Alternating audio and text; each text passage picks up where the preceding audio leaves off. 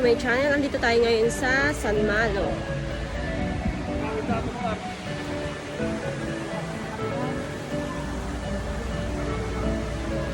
Sunday today and then maaraw siya ngayon. So maganda ang sikat ng araw. Ayan.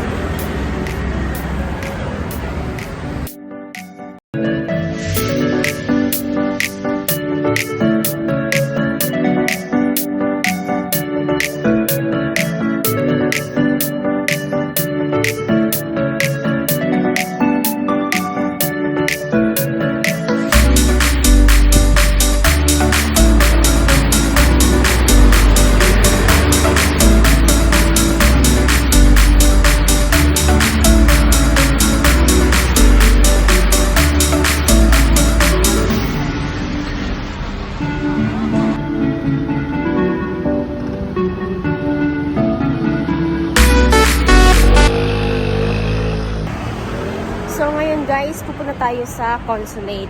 Sunday today pero still open yung consulate dito dahil marami nag-request dati na gawing Sunday is regular day ng consulate dahil karamihan nga dito Sunday ang day off, yun lang yung time nilang pumunta ng consulate.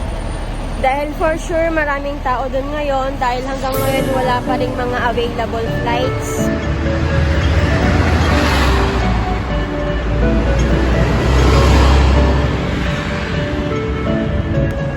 So ayan guys, papunta na tayo ngayon sa Philippine Consulate dito sa Macau para makibalita anong update para sa mga tourist o yung mga kababayan natin na na-stranded dito sa Macau.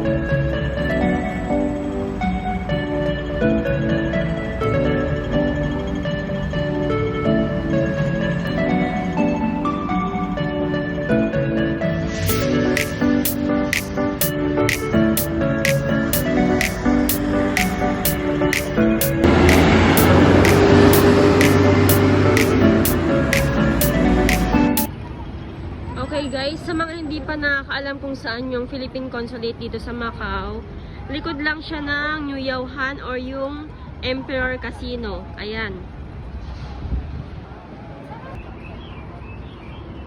Ayan, malapit na tayo.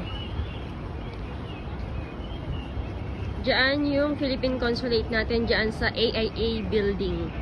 14th floor siya ha, 14th floor. Philippine Consulate.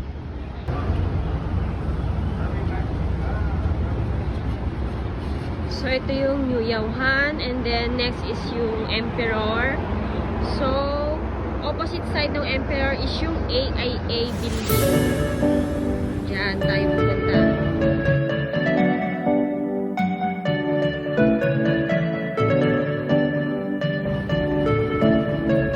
So, dito tayo pupunta.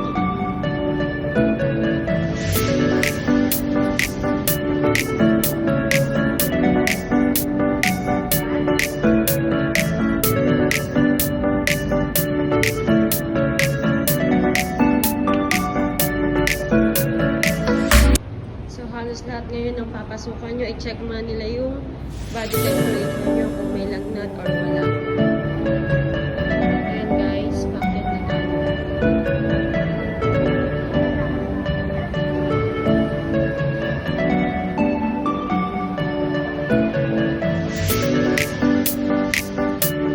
So from here, take tayo ng elevator supported floor.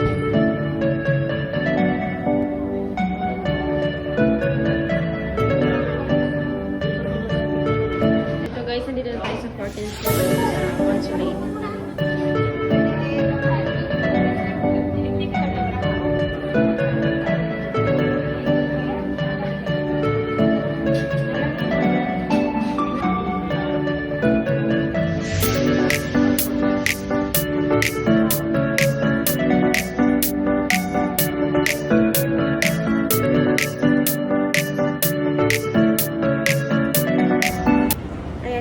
Pababa na tayo, tapos tayo galing sa consulate.